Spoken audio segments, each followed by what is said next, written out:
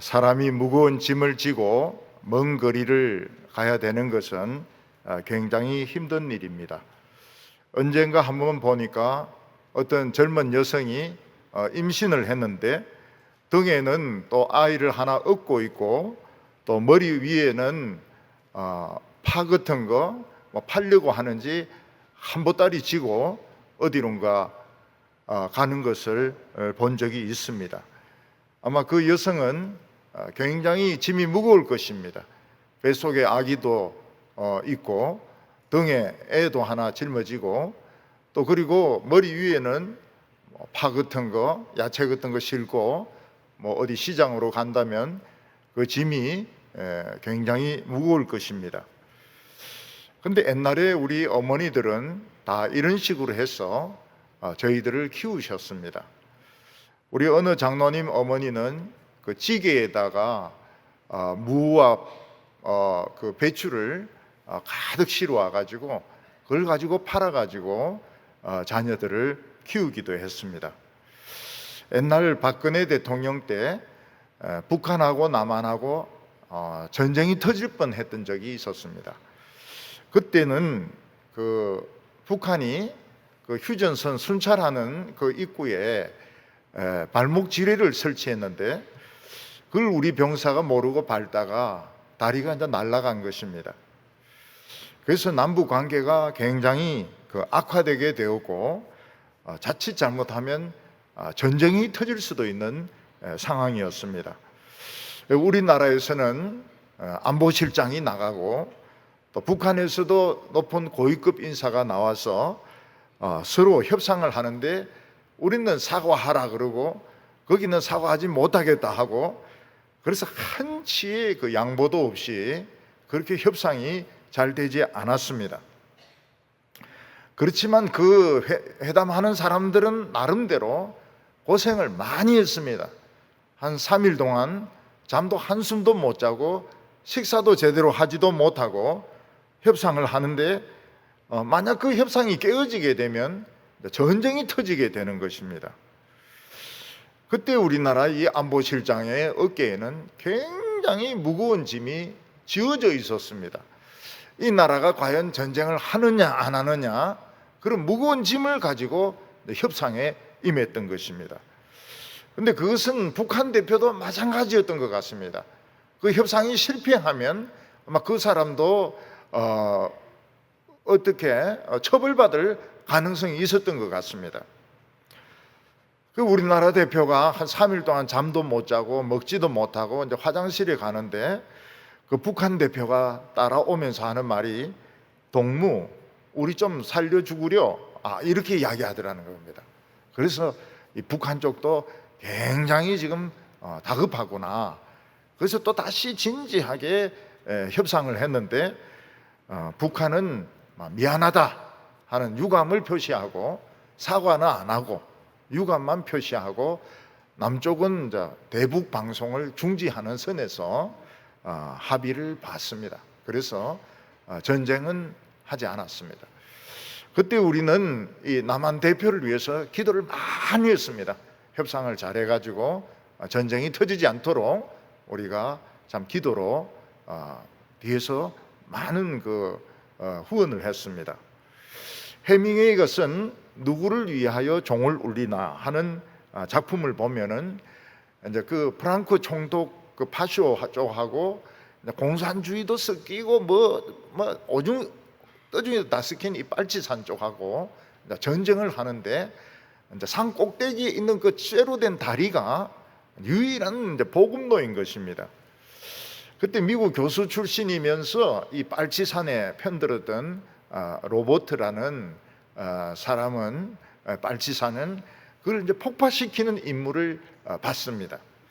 근데 아무 때나 폭파시키면 안 되고 이 프랑코 촉이 그 탱크나 그 트럭이 지나갈 때 그때 탁 폭파시켜야 되는 겁니다. 근데 그가 짊어지고 온 다이너마이트는 굉장히 무거운 것이었습니다. 또 그것을 짊어지고 산꼭대기까지 올라가는 것도 아주 무거운 짐이었습니다. 근데 여론을 알아보니까 이미 빨치산 쪽에서 대대적인 공격을 한다는 것은 다 소문이 났고 이미 그 산 위에 트럭들이 막 넘어가고 있었습니다. 그래서 이번 공격은 하면 안 된다, 이런 전가를 사람을 통해서 보냈지만은 그쪽에 빨치산 쪽의 장군은 우리 너무 늦었다, 어쩔 수 없다, 그렇게 해서 그거를 짊어지고 간 다이나마이트를 그 쇠로 된 그 철제 다리 밑에 설치하고 탱크들이 오고 트럭들이 올 때에 눌려서 폭파시키기로 하는데 안 됩니다. 안 되니까 다시 가서 다리 밑에 가서 이것을 다시 연결해 가지고 드디어 그걸 눌려 가지고 다리가 폭파되고 탱크나 이런 부대는 거기에 멈추게 됩니다. 그렇지만 결국 그 전쟁에서 프랑크 쪽이 이기게 됩니다. 그 도화선을 눌렸던 집시는 쇠 그 덩어리가 떨어져서 깔려 죽습니다. 그리고 살아남은 빨치산들은 이제 말을 타고 도망을 가는데 그 프랑크 쪽에서 대포를 쏘는 바람에 이 주인공 로버트의 말이 맞아가지고 넘어지면서 다리가 부서지게 되고 이 사람은 살아서 돌아가지 못합니다. 어떻게 하든지 전쟁에 이기려고, 전쟁을 막아보려고 그 다리를 무거운 다이나마이트를 지고 올라가서 폭파시키지만은 결국 그 전쟁은 이기지 못하게 되었던 것입니다. 예수님께서는 아주 무거운 짐을 지고 예루살렘으로 올라가고 있었습니다. 그게 무엇인가 하면 예수님 속에는 하나님의 나라가 꽉 차 있었습니다. 이 하나님의 나라를 터뜨려 가지고 사람들에게 나누어 줘야 될 텐데, 그렇게 하려면 예수님 안에 있는 피와 물이 싹 다 빠져야 됩니다. 완전히 죽을 때 하나님의 나라가 터져 나오게 되는 것입니다. 그뿐만 아니라 예수님은 우리 인간의 모든 죄의 짐을 다 지고 십자가 위에서 폭발을 시켜야만 했습니다. 그래서 시간이 가면 갈수록 예수님의 짐은 점점 더 무거워지고 있었습니다. 나중에는 걸어갈 수 없을 정도로 예수님의 짐은 무거웠다고 말씀을 하고 있습니다. 가정에서도 보면 식구들은, 자녀들은 많은데 생계를 책임져야 되는 가장은 짐이 굉장히 무겁습니다. 또 장애를 둔 그 부모님의 짐은 애가 크면 클수록 더 무거워집니다. 또 많은 그 직원들을 거느리고 있는 그 사장은, 중소기업체 사장은 뭐 세금이 나오고 또 시장이 어려워지고 인플레가 오고 이러면은 점점 더 마음의 짐이 무거워지게 되어 있습니다.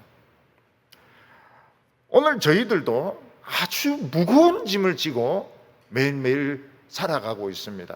자녀의 문제라든지 생업의 문제라든지 자신의 질병의 문제라든지 여러 가지 어려운 문제를 가지고 살아가고 있습니다. 예수님께서는 이 짐을 지시고 우리에게 천국을 주시기 위해서 예루살렘으로 올라가고 있었던 것입니다. 오늘 첫 번째는 예수님의 무거운 짐에 대해서 말씀을 하고 있습니다. 마가복음 10장 32절부터 34절까지 보면 예루살렘으로 올라가는 길에 예수께서 그들 앞에 서서 가시는데 그들이 놀라고 따르는 자들은 두려워하더라. 이에 다시 12 제자를 데리시고 자기가 당할 일을 말씀하여 이르시되, 보라, 우리가 예루살렘에 올라가노니 인자가 대제사장들과 서기관들에게 넘겨짐에 그들이 죽이기로 결의하고 이방인에게 넘겨주겠고 그들은 능욕하며 침뱉으며 채찍질하고 죽일 것이나 그는 3일 만에 살아나리라 하시니라. 예수님은 안팎으로 무거운 짐을 지고 있었습니다. 마치 임신한 여인이 뱃속에도 아기가 있고 등에도 아기가 있고 머리에는 뭐 파나 무 같은 무거운 짐을 지고 시장에 가는 것처럼 예수님 안에는 하나님의 나라가 다 들어 있었습니다. 예수님은 이것을 빨리 터뜨려 가지고 우리에게 나누어 주시기를 원하셨지만, 그렇게 하려면 예수님의 손과 발에 못자국이 박히고 물과 피가 다 쏟아지고 그가 운명을 하셔야 하나님 나라가 완전히 우리에게 쏟아지게 되는 것입니다. 그리고 예수님의 어깨에는 우리의 모든 죄악들, 어릴 때 우리가 실수했던 것들, 남의 물건을 훔쳤던 것들, 거짓말했던 것들, 싸웠던 것들, 모든 죄를 어깨에 다 짊어지고 이걸 십자가 위에서 폭발시키기 위해서 예루살렘으로 올라가고 계셨습니다. 예수님의 표정이 너무 긴장되어 있고 예수님의 표정이 너무나도 진지했기 때문에 제자들은 따라가면서도 굉장히 놀랬고, 예루살렘에 올라가면서 왜 이렇게 긴장을 하실까? 그리고 굉장히 두려워했다고 말씀하고 있습니다. 예수님은 마음속으로 나는 예루살렘에 이번에 올라가면 그 갈보리 언덕에서 내 손에 못을 박힘으로써 천국을 터뜨리고 우리 모든 인간의 죄를 거기서 다 폭발시키고야 말겠다, 이런 결심을 가지고 아주 긴장된 얼굴을 가지고 아주 막 확고한 의지를 가지고 예루살렘으로 올라가고 계셨던 것입니다. 근데 예수님이 제자들에게 이 말씀을 한 것은 첫 번째가 아니었습니다. 예수님은 이미 두 번 말씀하시고 이번이 세 번째, 세 번째일 수도 있고 여러 번째일 수도 있습니다. 왜 예수님께서는 똑같은 내용을 예루살렘에 올라가시면 대제사장과 서기관들에게 체포당하시고 정죄당하시고 로마인들에게 침뱉음을 받으시고 채찍질 당하시고 십자가에 못 박혀 죽었다가 사흘 만에 살아난다는 것을 왜 자꾸 시간만 남은 이야기하셨을까요? 그것은 이 짐이 너무나도 무거웠기 때문입니다. 이것은 예수님이 가지고 계신 확고한 뜻일 뿐만 아니라 예수님 혼자만이 이 짐을 질 수 있었고, 이 짐은 예수님에게 너무나도 무거운 짐이었던 것입니다. 그래서 예수님은 제자들에게 예루살렘에 올라가면 영광과 벼슬이 기다리고 있는 것이 아니라 내가 대제사장과 유대 지도자들에게 붙들려서 그들은 예수님을 죽이는 사형 판결을 내리고 이방인인 로마 군인들에게 넘겨져서 예수님은 침뱉음을 당하고 채찍질을 당하고 결국 급기야는 골고다 언덕에서 십자가에 못 박혀 죽을 것을 여러 차례 말씀하시면서 나는 3일 만에 살아날 것이라고 말씀을 하셨습니다. 예수님은 왜 이 말씀을 자꾸 하십니까? 이 세상은 북한과 남한처럼 하나님과 인간 사이에 전쟁이 일보 직전까지 가 있기 때문입니다. 또 사탄과 예수님 사이의 전쟁이 일보 직전까지 와 있기 때문입니다. 만약 예수님께서 이번에 십자가 위에서 이걸 터뜨리지 못한다면 결국 전쟁이 일어나게 될 것입니다. 제자들은 이것을 알았어야만 되는데 제자들은 예수님의 죽으심에 대해서는 관심이 없었습니다. 왜 자꾸 죽는다 이런 이야기를 하시는가? 마음이 약해져서 저러시는가? 예루살렘에 올라가면 당연히 왕이 돼야지. 우리가 예수님 왕 되게 할 거야. 그리고 우리는 장관이 될 거야. 그러면서 예수님의 말씀에 대해서는 귀를 기울이지 않았던 것입니다. 예수님은 자신이 미래에 될 일을 다 알고 계셨습니다. 3일 만에 살아날 것도 알고 계셨습니다. 이것은 예수님이 우리의 미래도 다 알고 계신다는 것입니다. 우리의 미래를 알기 위해서 점치러 가지 마시기 바랍니다. 예수님은 우리의 미래를 다 알고 계십니다. 우리는 우리 나름대로 이 세상에서 자기 삶을 살다가 유명하고 돈 벌면 성공했다 이렇게 사람들의 이야기를 듣게 될 것입니다.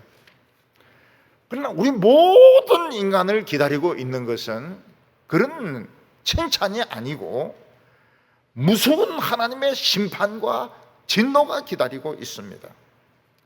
하나님께서는 우주의 쓰레기를 태우는 저 무지개 끝에 있는 지옥에서 우리 인간을 태우고 또 태울 것입니다. 이 상태로 예수님께서 십자가 위에서 죽지 않은 상태로 구원받을 수 있는 사람은 한 사람도 없습니다. 이 세상에서 아무리 성공하고 아무리 공부 많이 하고 아무리 유명하고 좋은 일을 했다 하더라도 지옥에 안 갈 사람은 한 사람도 없습니다. 예수님께서는 예루살렘에서 자신이 당할 일을 너무나도 분명히 알고 계셨고 이게 굉장히 무거운 짐이 되고 있었습니다. 대제사장과 서기관들에게 사형 판결을 받으시고 그리고 로마인들은 예수님에게 침을 뱉고 죽도록 채찍질을 하고 결국은 생살에 십자가에 못을 박아가지고 그를 매달아서 죽일 것입니다. 예수님께서 피를 다 흘리시고 물을 다 흘리시고 고개가 떨어졌을 때 천국은 우리에게 쏟아지게 됩니다. 조금씩 조금씩 나타났던 하나님의 나라는 우리에게 퍼부어지게 됩니다. 그리고 우리의 모든 죄들은 십자가 위에서 폭발이 되게 되는 것입니다. 예수님은 바로 이것을 위하여 예루살렘을 향하여 올라가셨습니다. 그러나 제자들은 예수님의 말씀을 전혀 이해하지 못했습니다. 예수님은 이상한 말씀을 하셔. 왕이 되셔야지 왜 자꾸 죽는다는 이야기를 하는 거야. 우리는 예루살렘에 올라가서 예수님을 왕으로 만들자. 그리고 우리는 전부 장관하는 거야. 그래서 서로 높은 자리에 앉으려고 막 싸움을 했습니다. 예수님은 갈보리 언덕으로 가면서 십자가가 너무 무거워서 인간의 죄가 너무 무거워서 쓰러지고 또 쓰러지고 또 쓰러졌습니다.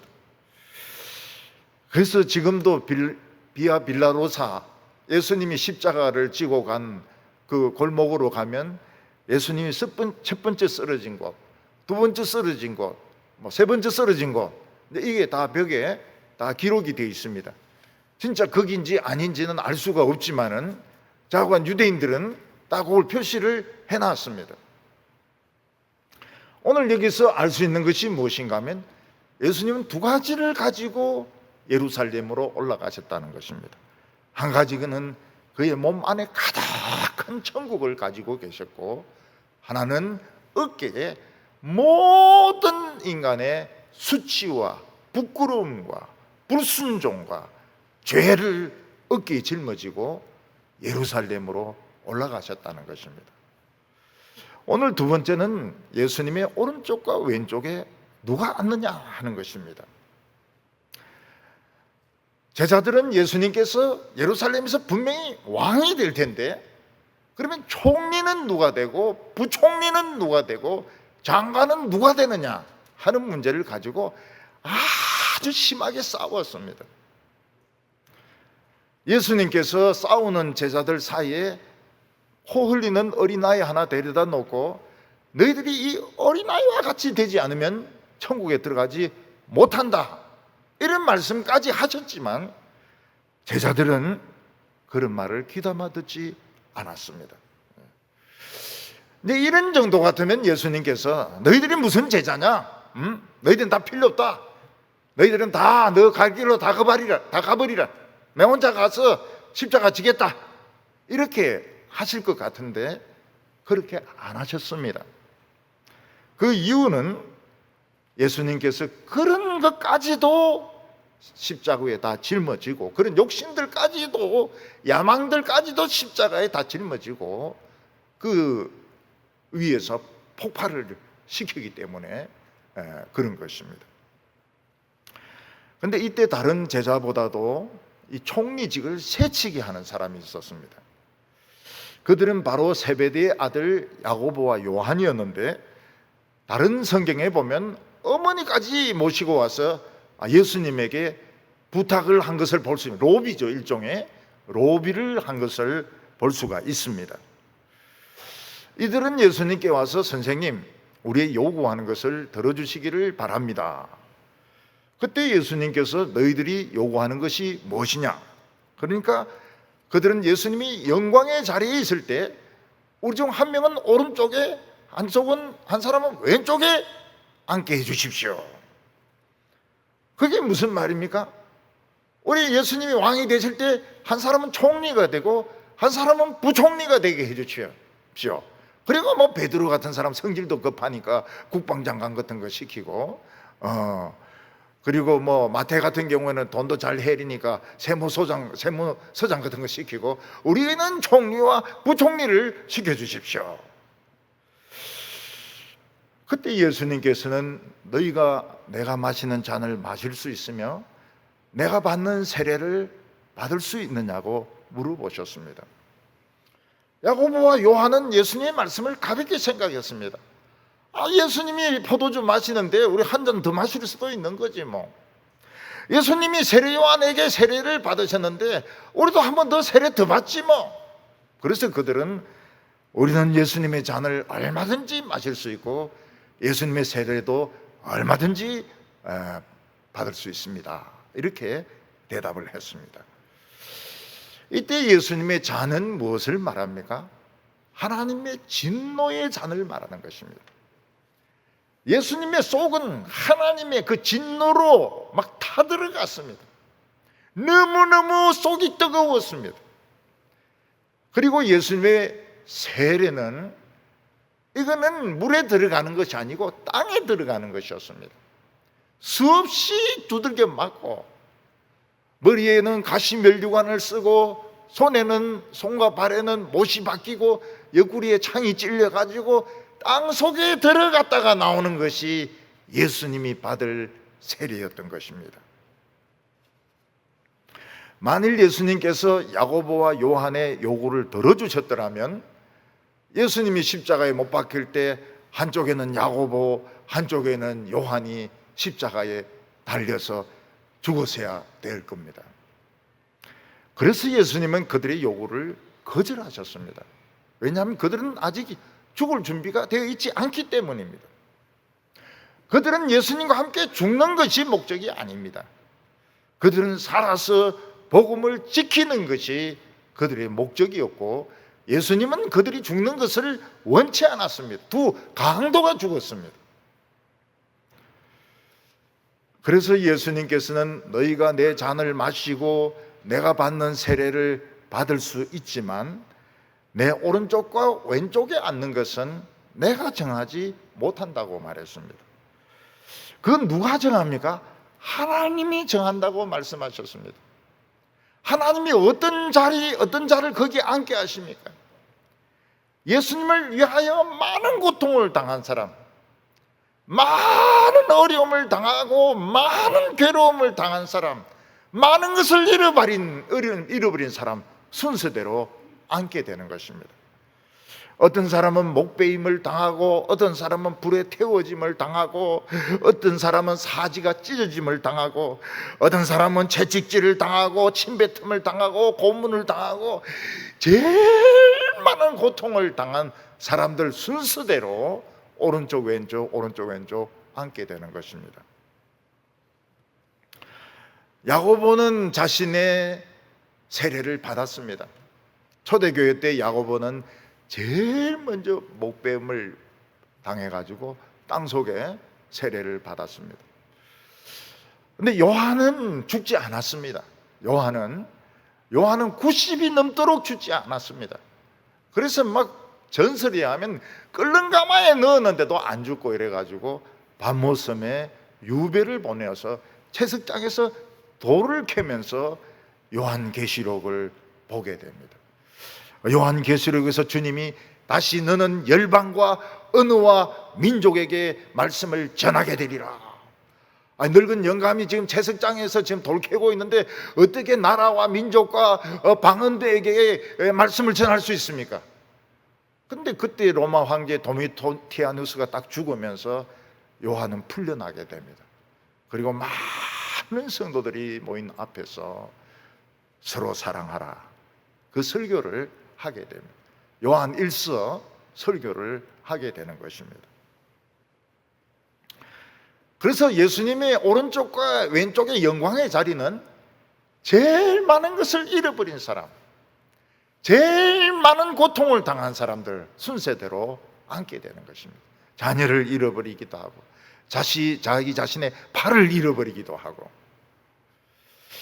근데 저희들 같이 잃어버린 것이 없는 사람은 어떻게 될까요? 한 200만 번째 자리에 앉게 될 겁니다. 저쪽 끝에 앉고 저쪽 끝에 앉고 예수님 가까이에 올 수도 없습니다. 왜냐하면 워낙 고난당한 사람들이 많고 고문당한 사람도 많고 불타 죽고 목 베어 죽고 막 태워 죽이고 이런 사람들부터 예수님의 옆에 앉게 되는 것입니다.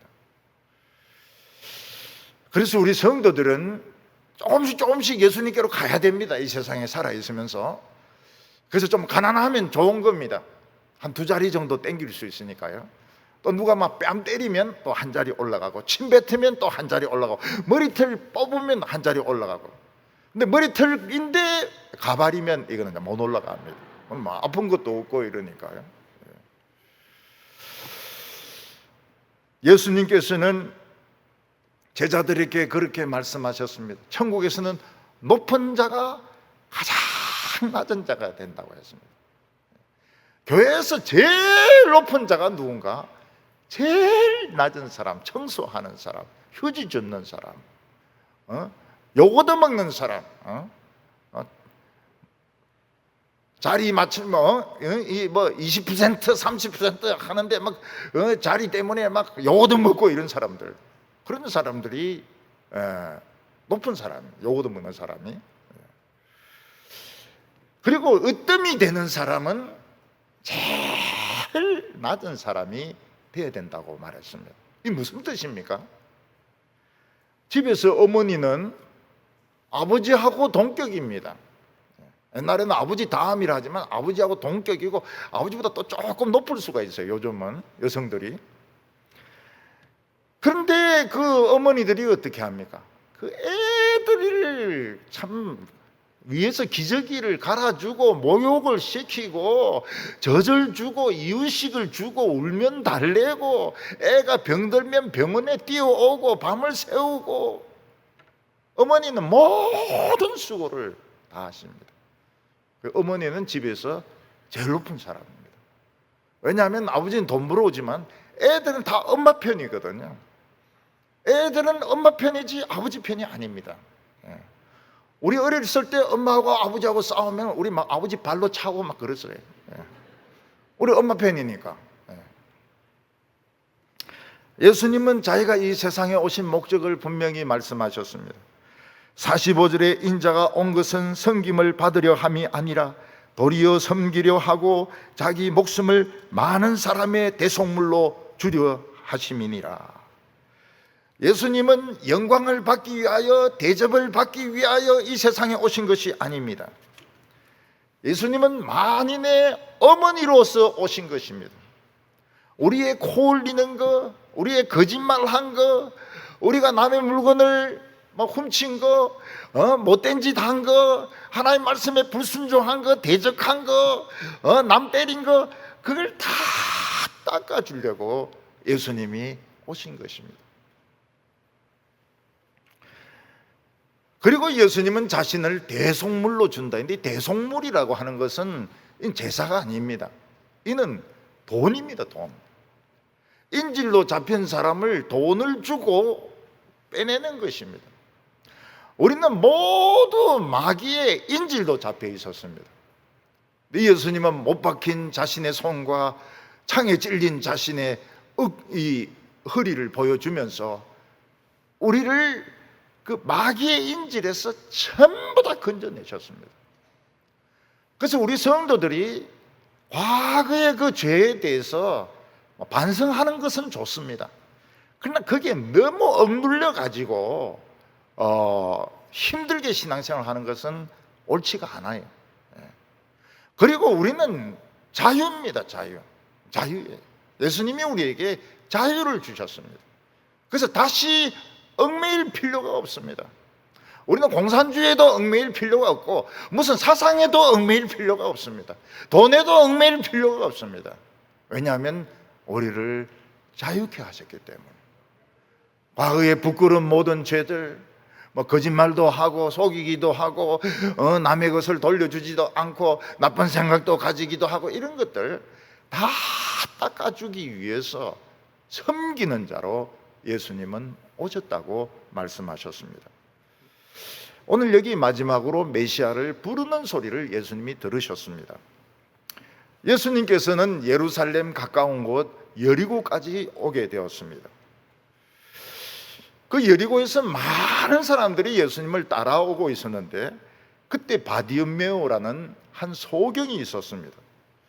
옆에서 사람들이 웅성웅성하면서 지나가니까 무슨 소리냐 이러니까 나사렛 예수가 지나가는 소리라는 것입니다.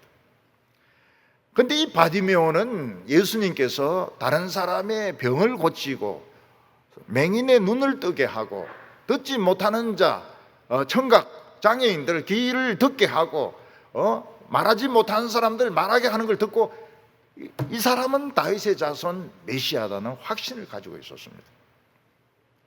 그래서 이 맹인은 바디메오는 다윗의 자손 예수여 나를 불쌍히 여기소서 하고 소리를 쳤습니다. 이 다윗의 자손은 이 아모입니다. 아모. 하나님의 백성만 부르시는 아모입니다. 하나님의 아들 메시아 그런 뜻입니다. 그러니까 주위에 있는 사람들이 지금 예수님이 지나가시는데 왜 이 맹인이 막 떠들고 말이지, 이 거지가 떠들고 말이지 방해를 하느냐, 입 다물으라고 이러니까 더 소리를 지르면서 다윗의 자손 예수여 나를 불쌍히 여기소서 이렇게 말을 했습니다. 아버지가 바빠서 다른 사람하고 어디 이렇게 가는데 애가 아빠 이러면 아빠가 돌아보겠습니까? 안 돌아보겠습니까? 아빠는 돌아봅니다. 왜냐하면 그 자기 아들이니까요. 자기 아들이 자기를 부르는데 안 돌아보겠습니까?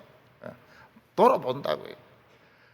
이 다윗의 자손 예수는 아빠 하는 말과 똑같은 것입니다. 아들이 아버지를 부르는 것입니다. 종이 주인을 부르는 것입니다. 그래서 이 다윗의 자손 예수 그 말 듣고 예수님은 딱 멈춥니다. 멈추면서 데리고 오라. 저 사람을 데리고 오라 이렇게 합니다.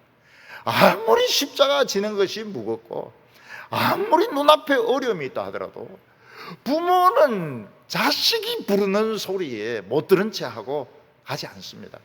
그건 나쁜 부모입니다. 딸이 부르고 아들이 부르는데 못 들은 채 하는 부모는 없습니다.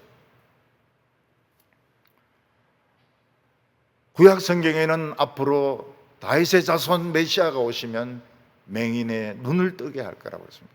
맹인이 눈 뜨면 무조건 메시아입니다. 어떻게 생겼건 메시아입니다. 듣지 못하는 자가 들어도 메시아입니다. 벙어리가 노래하리라. 그리고 걷지 못하는 자가 사슴과 같이 뛰리라. 이 전부 메시아입니다. 하나님의 아들입니다. 이게 다른 것이 필요가 없어요. 예수님은 자기 짐도 무겁지만은 다윗의 자손을 부르는 소리에는 돌아봤습니다. 그리고 오라고 그랬습니다. 그러니까 이 거지가 겉옷을 집어 던지고 방석도 집어 던지고 깡통도 집어 던지고 예수님이 있는 쪽을 향해서 막 달려갑니다. 사람에게 걸려서 넘어지기도 하고 막 기기도 하고 이러면서 예수님에게로 뛰어갔습니다. 예수님은 그 맹인이 온 것을 보고 물었습니다. 무엇을 원하느냐? 그러니까 이 사람이 즉시 보기를 원합니다. 이렇게 이야기했습니다. 근데 지금 돈도 수입도 요즘 적고 말이죠. 그리고 깡통도 바꿔야 되고 방석에도 지금 막 썩어가지고 지금 막 냄새도 나고 나를 괴롭히는 깡패도 있는데 예수님 좀 손 좀 봐주세요. 뭐 이런 시시한 소리 했으면 예수님 벌써 갔을 겁니다. 이 사람은 예수님이 물을 때 대답할 것을 준비하고 있었습니다. 우리는 교회에 올 때에 오늘 예배에서 내가 요구할 것이 무엇인지, 너 뭐가 필요하냐? 대답할 것을 준비하고 오셔야 됩니다. 암을 낫게 해주십시오. 심장병을 낫게 해주십시오. 우리 아이 아픈 것을 치료해 주십시오. 뭐 분명한 대답을 가지고 예배를 드려야 됩니다. 예배를 드리면서 예수님 요새 그냥 코로나도 그러고 경기도 나쁘고 김정은이도 믿고 이런데 그럼 예수님 벌써 없어요. 아주 간단하게 대답해야 됩니다. 간단하게. 암을 치료해 주십시오. 우울증을 치료해 주십시오. 세금 문제를 해결해 주십시오. 분명하게 이야기해야 됩니다. 오른쪽 왼쪽에 서게 해 주십시오. 그러면 안 돼요. 십자가 못 박혀 죽습니다. 그때 예수님은 그 자리에서 내 믿음대로 될지어다 눈을 딱 뜹니다. 오늘도 예수님이 우리에게 물을 겁니다. 무엇을 원하느냐? 그때 분명히 이야기하시기 바랍니다. 빨리 이야기하시기 바랍니다. 주절. 우리 집에 싱크대도 고장이 났고 말이죠. 우리 애 성적도 좀 떨어졌고 남편도 예민이고 말이죠. 이러는데 다 해결해 주십시오. 그럼 없어요. 예수님은 벌써 십자가 지로 저만큼 올라가고 없는 겁니다. 분명한 대답을 해야 됩니다. 이 소경이 맹인이 눈을 뜨면 이 무조건 메시아입니다. 모든 사람들이 꿇어 앉아서 경배해야 됩니다. 그런데 사람들은 그렇게 하지 않았습니다. 예수가 누군지는 생각하지 않고 맹인이 눈 뜬 것만 보고 신기하게 생각했습니다. 야, 맹인이 눈을 다 뜨네. 신기하다. 그들은 예수님에게 관심을 가진 것이 아니고 현상에 관심을 가졌습니다. 그래서 그들은 맹인이 눈을 뜨는 것을 보면서도 구원에 이르지 못했습니다.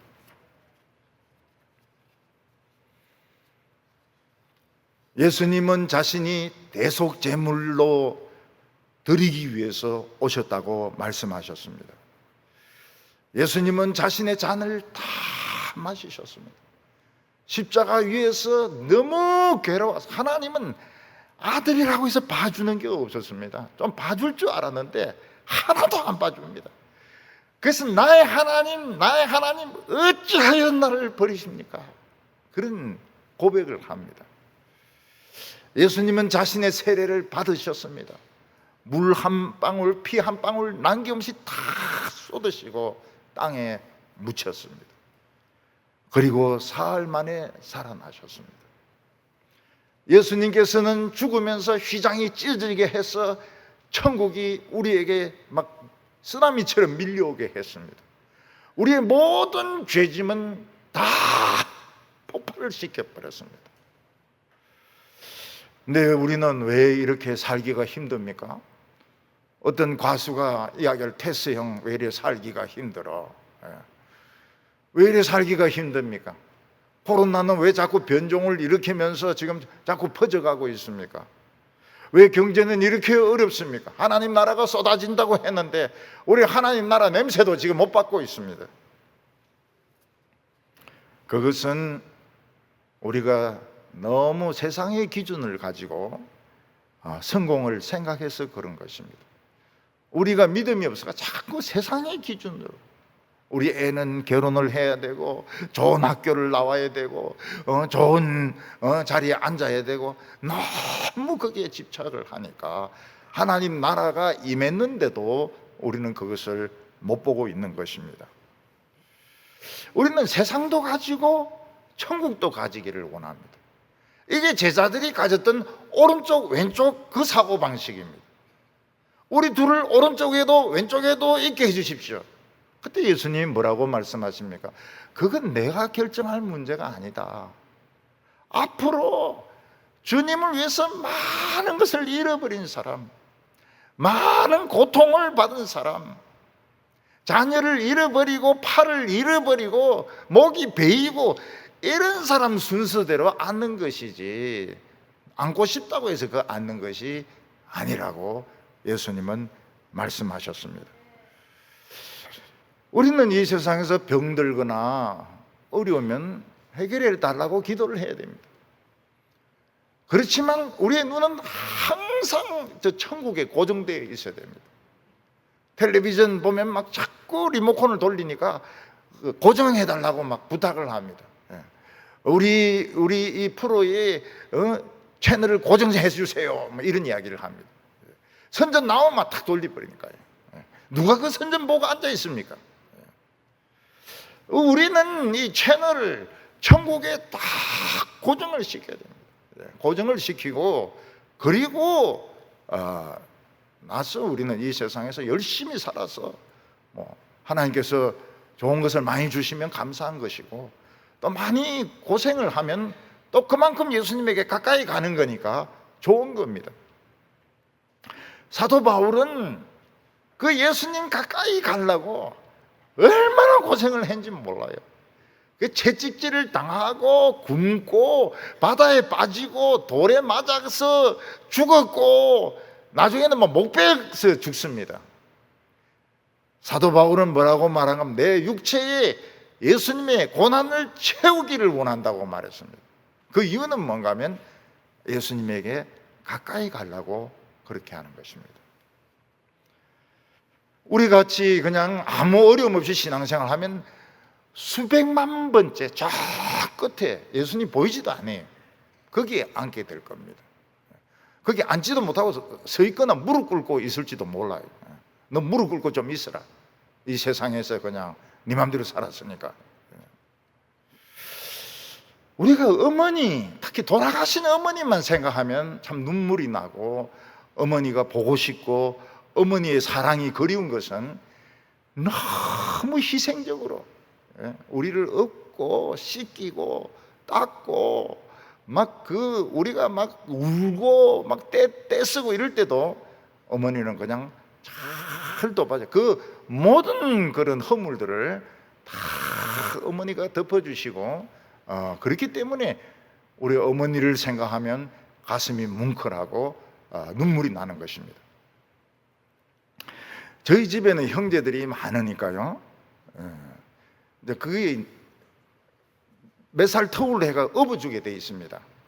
그러니까 큰형은 네 번째 나를 얻게 돼 있고, 나는 이제 막내를 얻게 돼 있고, 둘째 형은 다섯째를 얻게 돼 있고, 이제 이런 식으로 해야 어머니가 다 얻지를 못하니까 임무를 이렇게 할당을 하는 것입니다. 큰형은 저를 업었어요. 참 가슴이 뭉클해야 되는데 뭉클하지가 않아요. 왜 그런가 하면 형이 나를 얻고 이제 동네에 나갔는데 애들이 축구를 하지 않습니까? 너무 축구를 하고 싶은 거예요. 그래서 저를 얻고 막 축구를 한 거예요. 근데 보니까 애가 뒤로 빠져가지고 뒤에 걸려가지고 얼굴이 파래가 죽는다고 소리를 지르는데 지금 막 공을 가지고 막 축구를 하는 겁니다. 그래서 내 업어줬지만 가슴이 뭉클하지가 않아요. 저는 어릴 때 그 축구는 기억이 안 나는데 울 때 막 파랗게 되고 우는 건데 기억이 납니다. 숨을 못 쉬고 막 파랗게 돼서 울은 기억이 나요. 그 축구는 우리 형인데 들었습니다. 형이 다 크고 난 뒤에 늙어가는데 옛날에 참 미안했다. 내가 네 업고 나갔는데 막 축구가 너무 하고 싶어가지고 그래서 막 뛰는데 네가 막 뒤에 달려있더라.